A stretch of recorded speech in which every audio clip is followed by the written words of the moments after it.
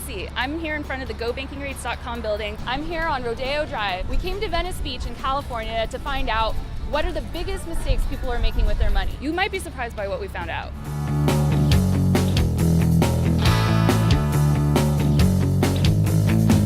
I'm really curious to find out how you knew you were financially ready to buy.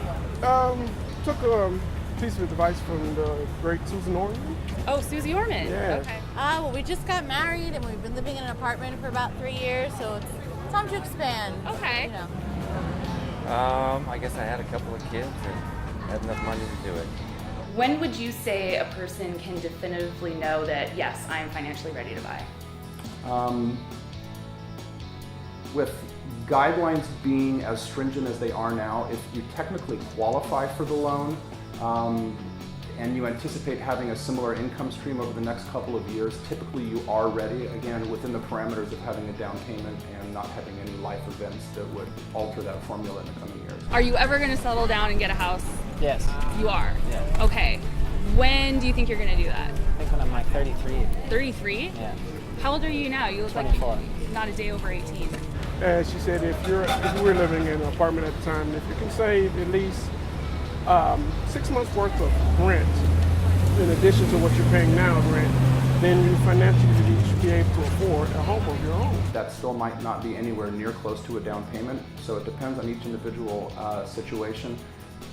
We like to still have people have several months of housing expense saved up after they purchase. It might be more of an indicator that you're on your way to being a ready buyer than actually being there. Okay. Did you put a down payment on it, a pretty substantial one? Yeah, 20%. You did the full 20%? Cool. Good idea. Yeah. Yes, I actually saved up almost 35% of it. Wow. Yes, and actually didn't have to spend any of it because at the end of the closure, any monies that I put down actually was afforded back to me.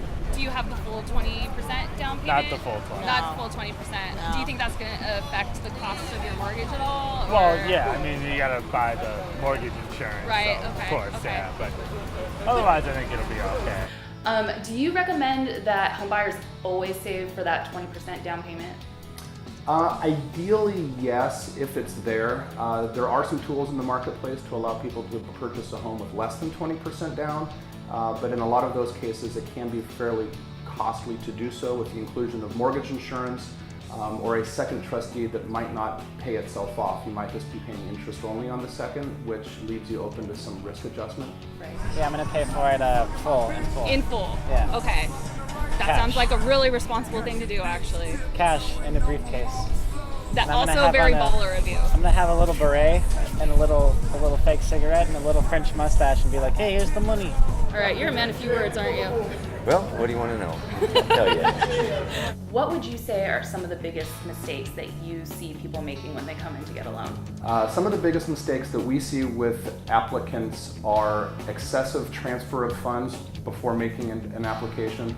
The federal government mandates that all lenders thoroughly track all asset deposits, transfers, or any money movement. It can be a logistic chore to get all of the transfers properly documented. Taking out new lines of credit just before putting in an application can sometimes put a strain on your credit score, and certainly someone who just leaves a job to become self-employed is a very difficult person to lend to. So you would say those are all pretty big red flags. Absolutely.